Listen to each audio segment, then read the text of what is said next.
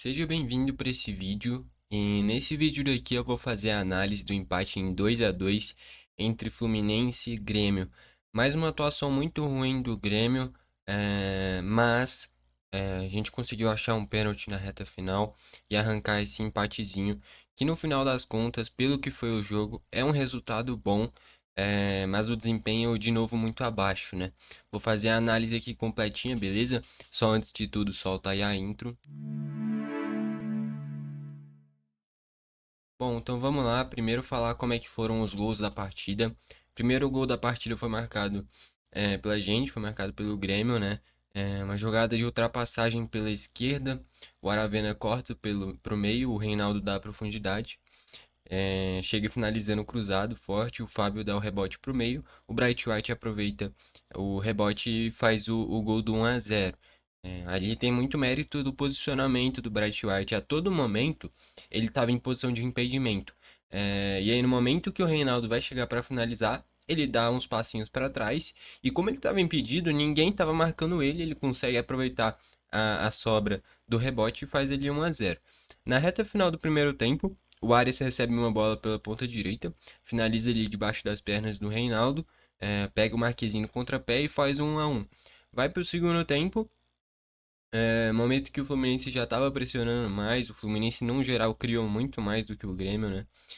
E numa cobrança de escanteio, o Cauã Elias faz o gol de cabeça. Não dá pra tomar gol de bola parada a essa altura do campeonato, cara. Não de escanteio, sem ser nem jogada de escanteio curto, jogada ensaiada, nada. Uma bola alçada pra área. E o Grêmio já tinha tomado um gol igual na Libertadores, só que pro Thiago Silva. Dessa vez o Cauã Elias.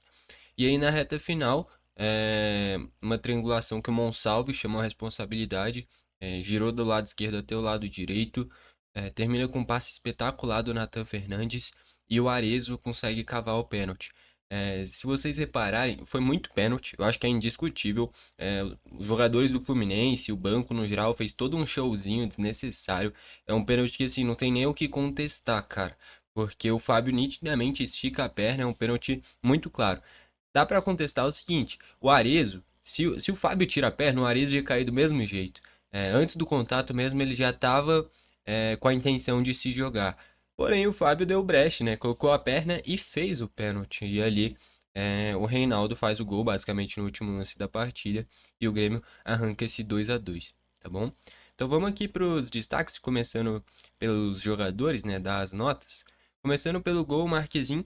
Cara, o Marquezin, se a gente analisa os gols tomados, o gol do Cauã Elias não tem o que fazer, o de cabeça, e o do Arias é um chute muito fraco que na teoria é no canto dele. Mas ele eu acho que é muito mais mérito do Arias, porque é um chute muito difícil, com a perna ruim, um monte de gente na frente ainda, né? Ele vira o pé, vai no contrapé do Marquezin. Poderia ter defendido? Poderia. Se fosse um cara que é mais novo, que tem mais reflexo, talvez defendesse. Mas é um lance que na minha visão é muito mérito do Arias, beleza? Porém, dava para ter defendido esse primeiro gol. O segundo eu não vou falar tanto. Porém, o Marquezinho foi muito importante, cara. Fez boas defesas em vários momentos, salvou o Grêmio. Defendeu chance cara a cara com o Lima, chance cara a cara com o Nonato, chute de fora da área. Então, no geral, o Marquezinho fez grandes defesas. Teve uma do Arias, que é um chute muito forte que ele faz a defesa. Enfim, o Marquezinho salvou o Grêmio da derrota, tá bom? Fez uma boa atuação. Poderia ter feito coisa melhor, principalmente no gol do Arias, né? Mas por conta desses outros lances que ele salvou o Grêmio, ele ganha muito mérito. Pra mim, vai uma nota 8 aí pro Marquezinho. O único destaque negativo é esse gol do Arias, que dava pra ter feito coisa melhor. Na lateral direita, o João Pedro, discreto, nem bem, nem mal, tá bom? E de novo, cara, esse Grêmio dá uma agonia de. Cara, um, porque pra mim sempre foi o seguinte: chega jogo do Grêmio, independente do horário, eu vou ficar vidrado assistindo o jogo. Ver o Grêmio tentando jogar, tentando vencer. Às vezes o adversário é melhor. Mas esse time do Grêmio dá nojo, cara. Porque é um time que você vê que joga só pra cumprir tabela. O Grêmio vai e joga sem nem se esforçar pra propor o jogo. Basicamente dá a bola pro Fluminense e fica recuado lá atrás. Cara, o Renato, eu tava vendo as entrevistas, tá pontuando muito de não precisa de desempenho, precisa de resultado. Mas não tem uma coisa. Essa relação entre desempenho e resultado não é algo distante. Se você tem um desempenho bom, a chance de você ter um resultado bom é muito maior. É algo que é muito mais correlacionado. Então, assim, vai tirando jogadores bons, vai colocando o time lá pra trás, não propõe o jogo, coloca o time lá atrás só pra se defender e contra-atacar. Tem um jogo feio, tem poucas chances e depende única e exclusivamente da qualidade dos jogadores. Cara, isso daí é muito comodismo para um técnico, porque não tem uma iniciativa interessante. A grande mudança dele é tirar os dois meio armadores do time, que é o Cristaldo e o Monsalve, e para mim o Monsalve é o único acerto da temporada. Uma contratação espetacular de um cara que é muito novo, muito promissor e deve ter daqui a alguns anos um valor de mercado estratosférico. Mas o Renato prefere o Edenilson. Por quê? Porque é amiguinho, porque corre mais. Só que aí você perde qualidade, você perde posse de bola, você perde criatividade e ganha um cara que corre mais. Mas é um cara que é comum. Ele prefere colocar um comum que corre mais do que um diferenciado. É a mesma coisa que se você vai para um Barcelona, você tira ali o Messi e coloca um volante porque você está enfrentando um adversário fora de casa e sua fase é ruim. Nunca vai ser uma boa alternativa você tirar um cara que é diferenciado e encher o time de volante. Cara, isso não faz nem sentido. Tipo, cara, é uma coisa inacreditável. Enfim, voltando ali pro João Pedro, eu já cheguei de novo, a mesma coisa que eu falei no jogo contra o Atlético Goianiense. O João Pedro, em determinado momento da temporada, eu acho que era nível, talvez até de seleção brasileira, ainda mais pela carência da seleção, que hoje é Wanderson e Danilo. O Wanderson eu acho válido, o Danilo, pelo amor de Deus. O cara não serve nem pra Juventus. Joga improvisado de zagueiro na Juventus, ainda joga mal, é expulso, prejudica o time, mas pra seleção serve. E serve pra lateral direita ainda. Então por isso que qualquer lateral minimamente em boa fase já dá pra especular. Então João Pedro, o William do Cruzeiro até pouco tempo atrás. Então, assim, se o Danilo tá na seleção, qualquer um pode ir. Porém, o nível do João Pedro abaixou demais. Não tá atacando bem, não tá defendendo bem. Nesse jogo deu sorte que tava enfrentando o Keno. O Keno também, pô, se não aposentar daqui a 1, 2 anos, vai parar em time de Série B, Série C. O nível do Keno abaixou demais em relação ao que foi na primeira temporada pelo Fluminense, principalmente ao que foi no Galo e o que foi no Palmeiras. O nível dele tá lá embaixo. E aí ficou mais fácil de marcar também, né? O Keno hoje não rende praticamente nada. Enfim, vai uma nota ali 5 pro João Pedro, comum do comum. O Rodrigo ele eu gosto bastante, tá bom? Tem uma boa bola longa, um cara que é rápido, um cara que se esforça, um cara que é a cara do Grêmio, tá bom? Eu diria que pra temporada que vem, eu acho que quando acabar o Brasileirão eu faço um vídeo exclusivo aqui pro canal, só trazendo as manutenções e jogadores que eu trocaria pra temporada que vem.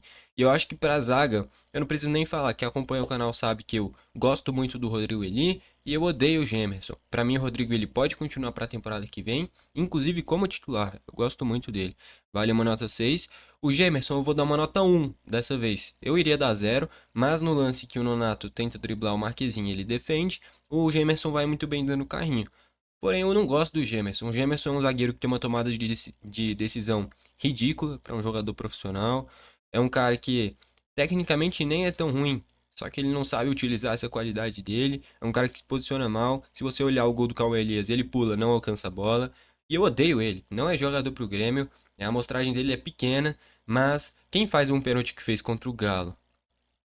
Quem faz um pênalti que fez contra o Atlético Goianiense é um jogador que você não pode confiar, cara. A qualquer momento ele pode estragar um jogo do Grêmio. Então o Gemerson não é jogador pro Grêmio, é jogador de Cuiabá, é jogador de Curitiba, é jogador de Atlético Goianiense. Pro Grêmio nunca. Então assim, o Gemerson não dá. Vai uma nota 1 pelo carrinho. De resto, nada. O Reinaldo. Cara, o Reinaldo é a mesma coisa que eu já pontuei aqui. Do meio pra frente ele é muito bom. Do meio pra trás ele é horroroso, é horrível. Enfim, não à toa nos gols do Grêmio, o gol do Bright White sai de um chute a gol dele e ele que faz o gol de pênalti. A gente pode contestar tudo no Reinaldo, menos pênalti. É um excelente batedor de pênalti, hoje é disparado o melhor batedor de pênalti do Grêmio. É o mais confiável. Pra gente ver, né? O Reinaldo é o mais confiável do Grêmio.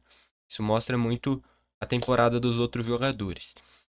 Enfim, mas é aquilo que eu já comentei no canal. O Reinaldo, com o Grêmio jogando em uma linha de três zagueiros, eu acho que ele pode continuar no time. Numa linha normal, com quatro defensores, o Reinaldo não serve, cara. Porque é um cara que vai contribuir lá na frente e vai comprometer lá atrás. Então não adianta você fazer um gol todo jogo e tomar um gol nas costas todo jogo, cara. Então não adianta, não. O Arias foi um dos melhores da partida e caía toda hora em cima do Reinaldo. O Arias flutua muito, vem pro meio, vai pros lados, mas de origem é ali na ponta direita. O gol foi justamente embaixo das pernas do Reinaldo.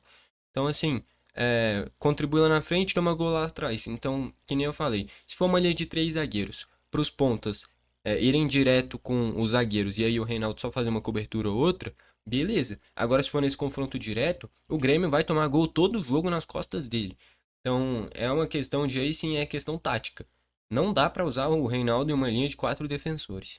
Uma linha de três zagueiros e ele usando ele como um ala esquerda, beleza, porque ele ataca muito bem. É um dos melhores laterais do Brasil do meio pra frente e é um dos piores do meio pra trás. Não dá pra ser tão instável assim.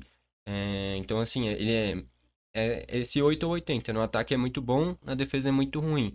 Pra continuar com ele é a linha de três zagueiros. Se não precisa de um lateral mais regular, que seja consiga contribuir tanto na frente quanto atrás.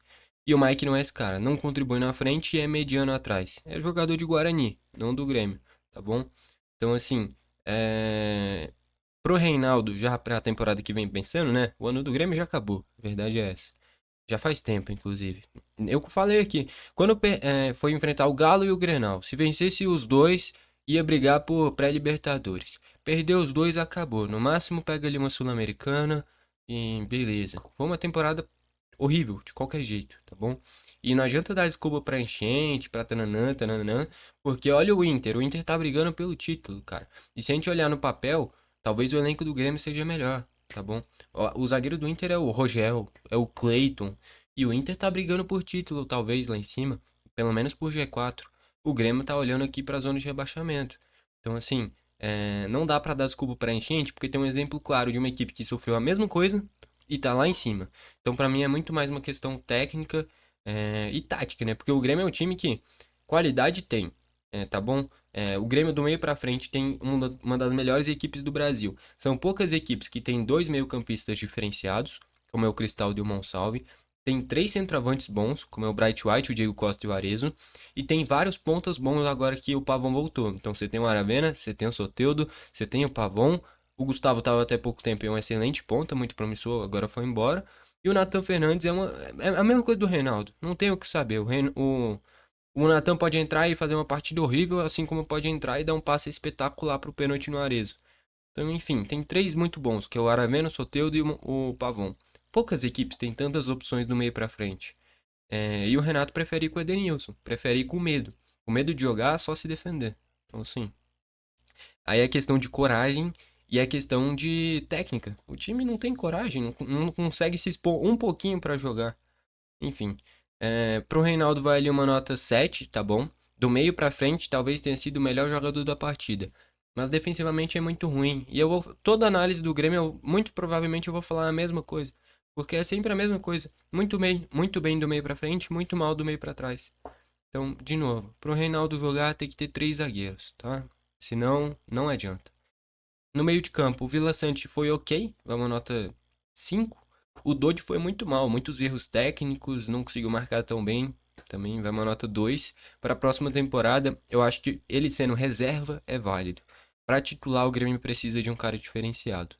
O Edenilson, cara, não é nem pelo Edenilson, mas quem tem Cristaldo e quem tem Monsalve, não existe ir com o Edenilson, cara. Não existe. Porque você pega a idade. O Cristaldo e o Monsalve são mais novos. Valor de mercado. O Cristaldo e o Monsalve é maior. Potencial de venda futuro. Dos dois é maior.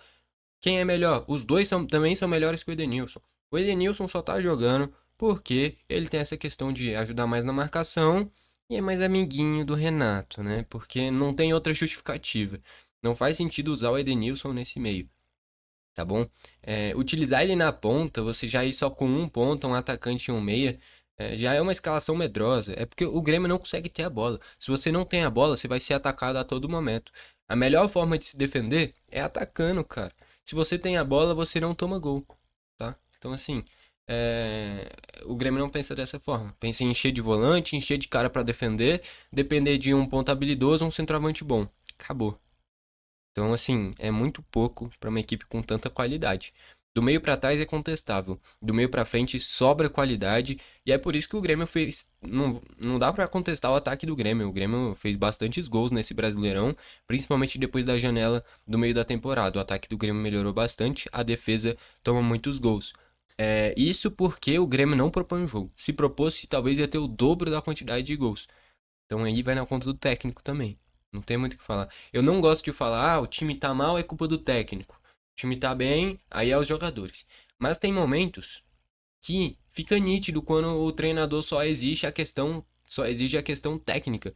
Você pode ver todas as reclamações do Renato, nunca é de posicionamento, nunca dá um passinho para trás, se posiciona aqui, fica mais com a bola, aparece pro jogo, nunca é isso. Você vai ver que, putz, como é que erra o passe? Como é que erra o chute? É tudo questão técnica. E aí, isso daí é tudo qualidade individual do jogador. A função do técnico não é fazer o jogador ser o melhor do mundo. É fazer o jogador conseguir ter a noção de onde que ele tem que estar, o que que ele tem que fazer. Se ele vai se destacar ou não, é a qualidade dele. Agora, o que ele tem que fazer é o que o técnico tem que comandar. E o Grêmio não faz nada. O Grêmio só se defende e busca velocidade com o Aravena e Soteldo. E ainda tira os meias que podem dar esses passes. Vai com o Edenilson. Então o Renato praticamente mata as estratégias do Grêmio. O Grêmio não tem a bola, o Grêmio perde o passe de qualidade no meio de campo, fica dependendo só de ponta rápido e o centroavante bem posicionado. É muito pouco, muito pouco. Enfim, o Dô de nota 2. O Edenilson, cara, eu vou dar um 0. Não é porque ele é ruim, mas você tem Monsalve, tem Cristaldo, vai com o Edenilson, pelo amor de Deus. Então, 0. O Soteldo foi discreto, vamos nota 3. O Aravena foi muito bem, de novo. O Aravena é titular incontestável hoje do Grêmio, tá bom? Ajuda atrás e ataca muito bem. Vive um momento muito bom. Uma nota 7. E na frente o Bright White, coitado. É porque ele se movimenta muito, aparece muito pro jogo. E é porque ele é muito bom nisso daí. Porque senão, cara, ele não ia fazer um único gol pelo Grêmio. É tudo qualidade individual, não tem uma coordenação. É tudo jogador por si só e nada de comando, de técnica, de tentar envolver o adversário. O Grêmio é uma bagunça, cara. Enfim, pro Bright White vai uma nota 8. E o repertório pro time do Grêmio mudar é tirar o Bright White e colocar o Diego Costa. Você perde a mobilidade, você perde o cara que ataca as costas, ganha um cara que tem mais nome e talvez uma bola aérea melhor. Pra temporada que vem eu nem continuaria com o Diego Costa. Cara, é só ir pela lógica. Quem é mais novo? Quem tem mais valor de mercado? Quem tem maior potencial? Quem pode render mais pro clube? Tudo isso, o Diego Costa tem que estar no final da fila. E no campo mostrou, quem decidiu sofrendo o pênalti foi o Arezzo, tá bom? Então o Diego Costa já deu o que tinha que dar. Temporada que vem, um abraço, beleza? Entraram, o Arezzo entrou muito bem, e se você reparar, todos os jogos que o Arezzo tá entrando, ele não tá fazendo a função dele. O Arezzo é centroavante, sempre que ele entra atrás do Diego Costa. Então as únicas minutagens que ele tem a não ser, tipo, contra o Atlético Goianiense, que aí, o resultado já tá definido, beleza. Mas quando precisa ganhar, é sempre a mesma coisa. O Diego Costa na frente e o Arezzo se vira pra armar o time, chegar pra finalizar, fazer tudo. Então, assim, muito sobrecarregada a função do Arezzo e ele vem correspondendo. Quando ele entra bem. Entrou bem no Grenal, contra o Galo, quando o Grêmio perdeu, ele entrou bem também. Quando ele entra, ele se move muito, é um cara que é forte, mas ataca muito bem o espaço. Não à toa o pênalti foi assim. Então, assim, o Arezzo vem entrando muito bem. Vai uma nota 10, pela minutagem que ele teve, foi justo ele que sofreu o pênalti. 10. O Cristaldo entrou bem e o Cristaldo entrou fazendo essa função de armação lá no meio, né? O Cristaldo e o Vila Sante ficaram lá atrás e o Monsalve mais aberto pela esquerda. Na reta final, o Grêmio fez um 4-2-4. Ficou o Vila Sante e o Cristaldo, o Monsalve pela esquerda, o Nathan Fernandes no ataque, pela direita, e na frente o Diego Costa e o Arezzo flutuando, sendo que o Arezzo é centroavante, que nem eu falei, sobrecarregando demais o que o Arezzo tem que fazer. Enfim, o Cristaldo entrou muito bem, vai uma nota 9. O Monsalve entrou muito bem. Não existe o Monsalve ser reserva do Grêmio. O cara tem um potencial absurdo, o cara tem muita qualidade, o cara finaliza bem, o cara tem boa visão de jogo, não se esconde, dribla bem. E um time organizado, o Monsalve é um cara que é muito acima da média. E um time bagunçado, ele é reserva do Edenilson. Então acho que ele já mostra muito o momento do Grêmio, tá bom? Se você prefere o Edenilson do que o Cristaldo e principalmente o Monsalve, pelo amor de Deus, cara. Enfim. Vai ali uma nota 10 pro Monsalve também. Pro Diego Costa, vai uma nota 4. Pro Nathan Fernandes, cara, eu já comentei aqui. Na minha visão, ou você vende ali o Natan por uns 15, 16 milhões, já é válido, ou você empresta ele, cara. Mas ele entrou bem no jogo, beleza? Deu a assistência e tal, mas sei lá, cara. Não passa a vontade que um cara novo, que um cara que tá tendo oportunidade tem que ter. Talvez em um time organizado ele pudesse render mais. Mas na minha visão ele conseguiu se queimar muito no Grêmio nesses tempos pra cá, tá bom? Até aquele momento que ele é decisivo contra o Estudiantes, quando o Natan e o Gustavinho estavam jogando muitos, ele tava muito valorizado. Depois que o Gustavo foi embora, porra, o nível do Natan abaixou demais, cara. Abaixou muito. Vai uma nota 8 porque o pênalti só surgiu graças a um passe espetacular do Natan. Ele tem qualidade, ele tem drible, ele tem velocidade. Mas numa bagunça como é o Grêmio, ele conseguiu se queimar, tá? Enfim, vale uma nota 8 pra ele. Destaques do Fluminense antes de eu ir pras estatísticas. Fábio muito mal, né? No primeiro gol ele espalma pro meio, no segundo ele faz o pênalti. O Fábio talvez tenha sido o vilão do jogo. Que mais? O Lima sempre atacando as costas dos defensores do Grêmio. O Arias é o principal jogador do Fluminense, faz tudo.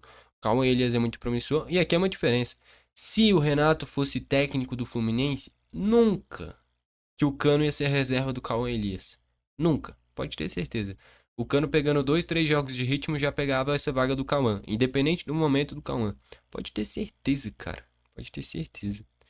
Entrou ainda o Bernal, o John Kennedy, o Cano, o Nonato e o Marquinhos. Bom, quem que dá pra eu destacar daqui? O Nonato perdeu um gol cara a cara. A mexida do John Kennedy foi bem conturbada, né? E entrar o Marcelo, teve uma discussão com o Mano Menezes, aí mudou de ideia, entrou o John Kennedy e tirou o Lima. Tirou um meio-campista e colocou um atacante. Não deu pra entender, o time se expôs nessa reta final. Não deu pra entender essa mexida do Fluminense, tá bom? Estatísticas: 18 chutes do Fluminense sendo 7 a gol, 7 do Grêmio sendo 4 a gol. Que nem eu falei, o Grêmio é um time medroso. Eu falei contra o Atlético Goianiense, cara. O Grêmio é um time passivo. O Grêmio não consegue se impor. O Grêmio vai se adaptando a cada adversário. Se você se adapta a todo adversário, cara, você não tem padrão de jogo. Você basicamente tá levando com a barriga o seu time, cara. Você tem que criar um padrão de jogo e a partir daí impor seu padrão contra o adversário. Time que vai se adaptando ao adversário, se adaptando, se adaptando, se adaptando, não vai a lugar nenhum, cara. Você tem que impor seu estilo de jogo. E se seu estilo de jogo é se defender lá atrás e contra-atacar, porra, é muito pouco. Ainda mais pra um time que nem eu falei, do meio pra frente tem muita qualidade. Só você pegar o aproveitamento de finalização. Que nem eu falei, o Fluminense 18 sendo 7 a gol. Basicamente a cada 2, 3 finalizações, uma ia a gol. Do Grêmio 7 sendo 4 a gol. Mais da metade das finalizações foram no gol. Então o aproveitamento de finalizações é bom. E aí você não questiona a qualidade do jogador, você questiona a postura do time. O jogo teve mais de 100 minutos, contando com acréscimos, e o Grêmio deu míseros 7 chutes, cara. Então, assim, é muito pouco. E aí não é questão de qualidade do jogador, é questão de postura. 63% de posse de bola pro Fluminense, 37% pro Grêmio. Que nem eu falei, contra o Atlético Goianiense, tinha momentos que o Goianiense ficava trocando passe 2, 3 minutos, jogando na arena. E em alguns momentos empatando, vencendo. É uma postura de um time pequeno, cara. Porra, é pro Grêmio se impor contra o Goianiense, contra o Cuiabá, de preferência contra todos os adversários, mas principalmente contra esses adversários mais fracos, era pra isso ser o mínimo. E o Grêmio não consegue, cara. É uma postura de um time muito acomodado, tá bom? Enfim, mais posse de bola do Fluminense. Faltas 15 do Fluminense tendo 6 amarelos e o vermelho do Felipe Melo. Maluco, não tinha nem o que questionar, cara. Tem momentos que a arbitragem erra. Por sinal, falando da arbitragem, eu tinha que ter falado no início do vídeo e eu esqueci. A arbitragem foi horrível, tá bom? Horrível. Porém, em lances decisivos, ela acertou. Não tenho o que contestar. Foi muito pênalti e ele marcou em campo, tá bom? Olhou a situação e depois de um tempinho marcou. Mas a arbitragem no geral foi horrível, invertendo o lateral, invertendo falta, dando amarelo pra compensar, dando falta pra compensar. Teve um lateral que teve um cruzamento, e claramente o Thiago Santos cabeceia pra fora, dá o lateral pro Fluminense. Aí outro lateral que era pro Grêmio dá pro Fluminense. Aí ele compensa dando pro Grêmio. Aí ele vai na compensação. Era um juiz sem convicção. Um juiz sem. Como é que eu posso falar? Sem coragem. Um juiz sem personalidade. Ele vai se adaptando ao jogo. Quem ele vê que ele tá dando mais lateral, na próxima vez ele dá pro outro time. E não é nem que ele tá prejudicando o Grêmio, prejudicando o Fluminense. É um juiz que não tem coragem, um juiz que não tem personalidade. Essa é a palavra, personalidade. Não tem personalidade. Ele vai levando com a barriga, vai se adaptando ao cenário do jogo. Ao invés de, foi falta? Dá falta. Foi lateral pro Grêmio? Dá pro Grêmio. Não. Ele não sabia o que fazer e ia compensando de um lado pro outro. Se você compensa de um lado pro outro, chega um momento que fica insustentável, porque todo mundo sabe que você não tem personalidade. Um árbitro que eu gostei muito foi o do Inter e Flamengo. Ele deixava o jogo rolar, quando tinha que marcar, marcava. Eu já comentei aqui, eu prefiro muito mais um árbitro que tem uma falta e ele não dá, do que um árbitro que não é falta e ele dá, tá bom? É muito melhor esse jogo mais fluido, mais solto, que às vezes deixa de marcar algumas faltas que foram, do que você ficar marcando o que não é, porque isso é isso que dá raiva, cara. Isso que mina a cabeça do jogador, de todo mundo. Então, assim, o que mais falta na minha visão para a arbitragem brasileira é personalidade e coragem, pô. Se não é falta, não dá, independente do que vão reclamar. No pênalti, o tanto que os jogadores do Fluminense atrapalharam ficando dentro da área com uns 3 minutos. Ele já tinha falado que era pênalti, ninguém saía. Sai dando cartão, pô. Se não sair, vai levar amarelo. Se não sair, leva vermelho. Se impõe, caramba. Mas não. Ele vai levando e aí o jogador faz o que quer com a arbitragem mesmo. Pô, se o cara não tem personalidade, os caras atropelam mesmo. Enfim, e 4 amarelos pro Grêmio. Escanteios 8-2 pro Fluminense.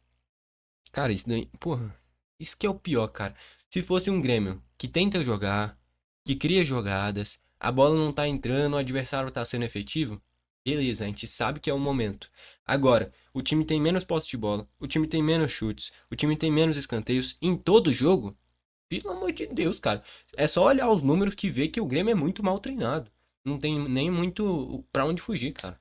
Eu já comentei aqui no canal, eu não demitiria o Renato, porque demitir faltando 7, 8 rodadas é pedir pra criar crise. O Grêmio já não vai a lugar nenhum. A temporada já foi horrível. Ah, ganhou o Gauchão. Beleza. O único time decente é o Inter.